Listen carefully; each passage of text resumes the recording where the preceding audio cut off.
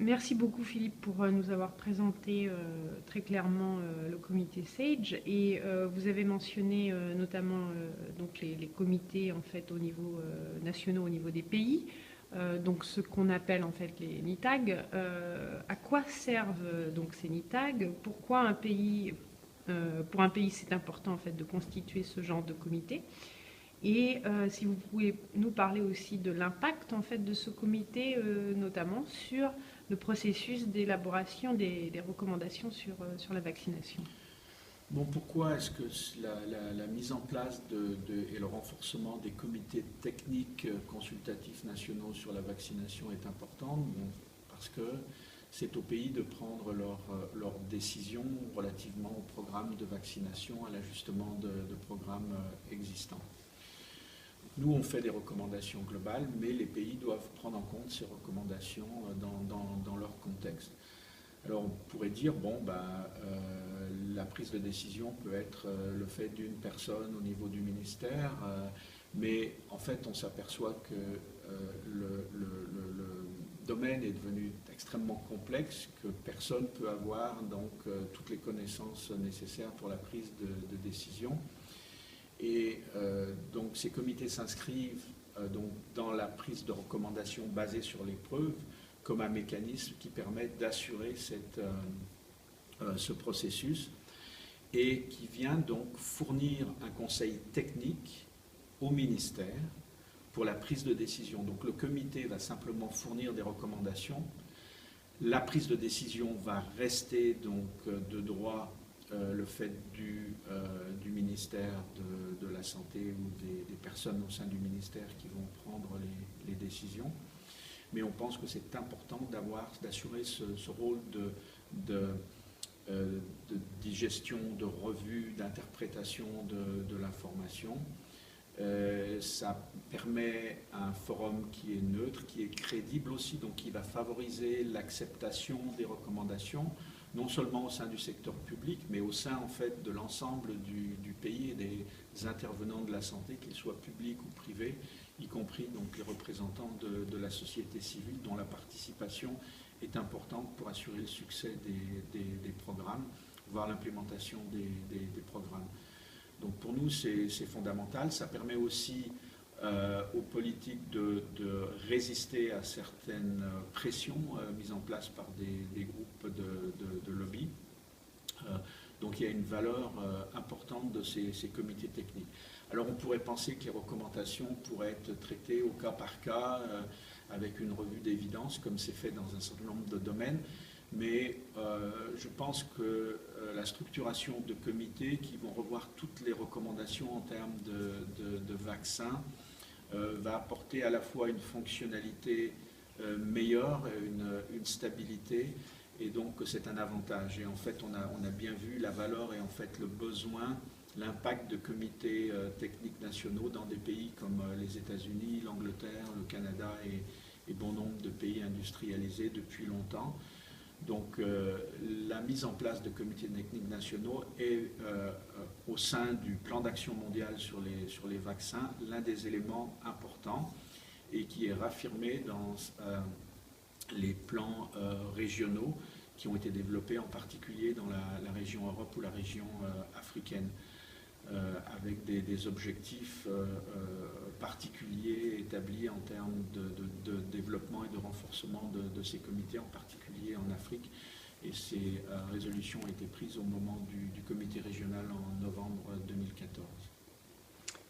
Merci beaucoup Philippe pour toutes ces précisions. Peut-être pour rajouter qu'on a vu dans certains pays un des bénéfices du comité a été d'améliorer vraiment la crédibilité du programme et du coup a permis au programme d'obtenir des financements d'hommes d'affaires du pays, simplement parce que tout d'un coup ils ont eu foi dans les programmes et du coup ont décidé d'investir et de soutenir ces programmes. Donc ça s'est passé en particulier au Soudan. Mais je pense que c'est un exemple important à faire ressortir. Et d'après vous, en fait, est-ce que ces comités arrivent assez facilement à pouvoir adapter justement ces recommandations au contexte local? Est-ce que pour vous, les capacités au niveau du pays sont suffisantes pour faire cette adaptation ou quelle est la situation aujourd'hui par rapport à ça? Bon, alors effectivement, c'est un des problèmes, c'est-à-dire que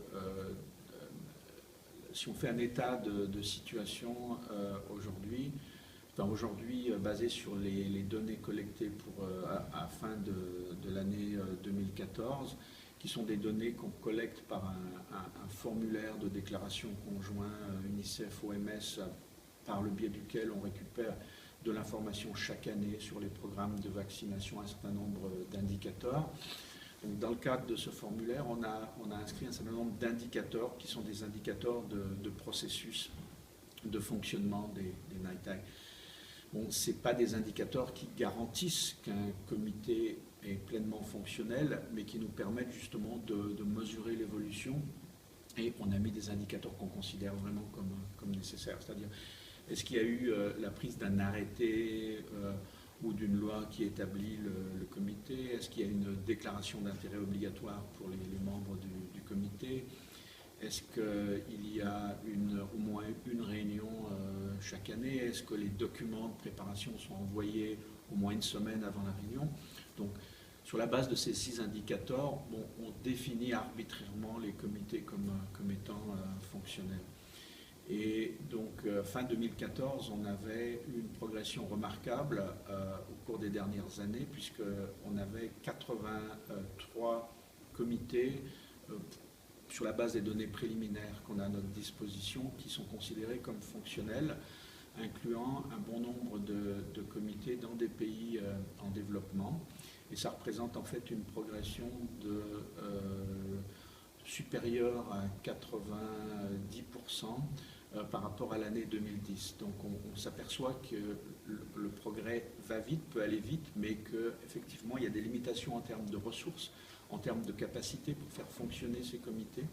Même si on n'a pas besoin de beaucoup d'argent, on a besoin d'un secrétariat qui soit formé à la revue d'évidence par les preuves, au processus, au fonctionnement des comités, et puis qui assure vraiment le fonctionnement du comité. Et si on n'a pas un secrétariat qui est fort, qui est fonctionnel, le comité ne fonctionnera pas. Et donc aussi, on a un problème au niveau de l'accès aux données locales. Des fois, les données existent, des fois, elles n'existent pas. Des fois, elles existent, mais elles ne sont pas amenées à l'attention des comités. Et tous les pays n'ont pas les mêmes ressources en termes d'experts, en termes de disponibilité pour participer à ces comités. Parfois, c'est difficile de mobiliser les membres des comités pour servir.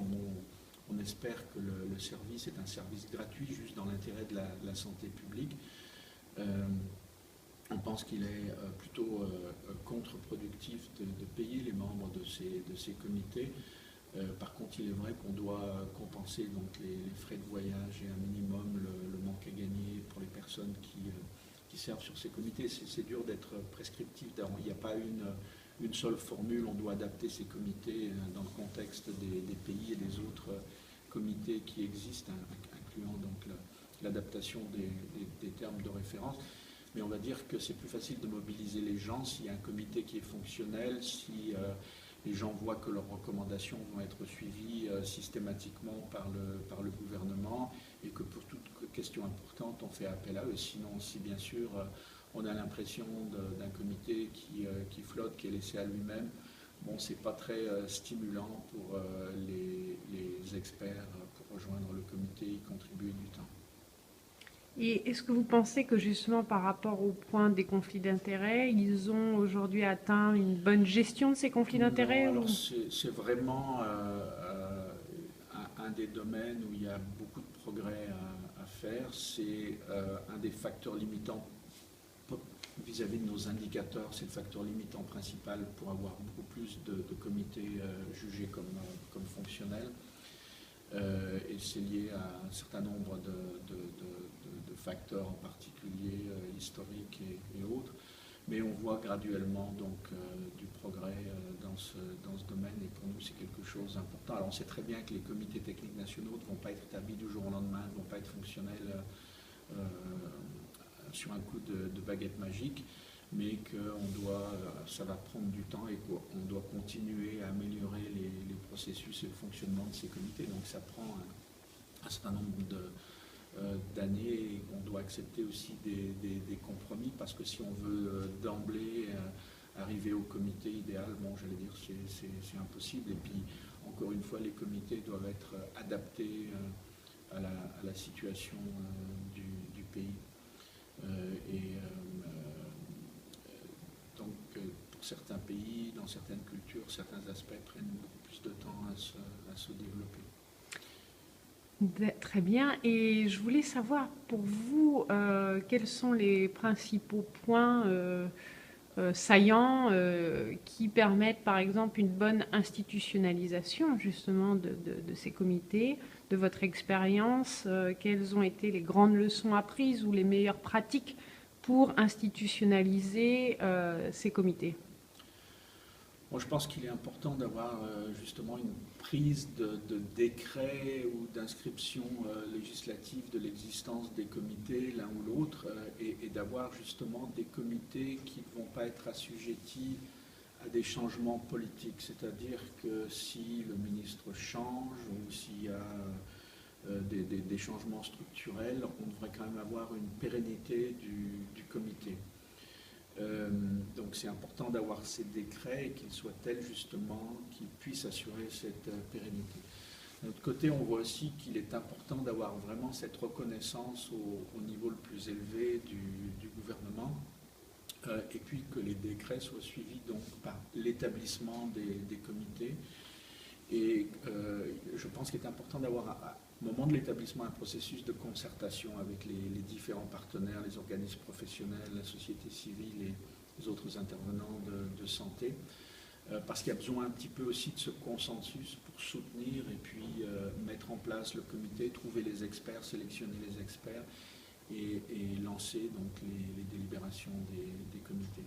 Et c'est important aussi donc que le gouvernement fasse appel à ce comité, parce que si ces décisions sont prises de temps en temps avec les recommandations d'un comité, mais de temps en temps sont prises directement pour des raisons diverses, là encore ça va créer une démotivation et ce n'est pas propice à la pérennité des comités.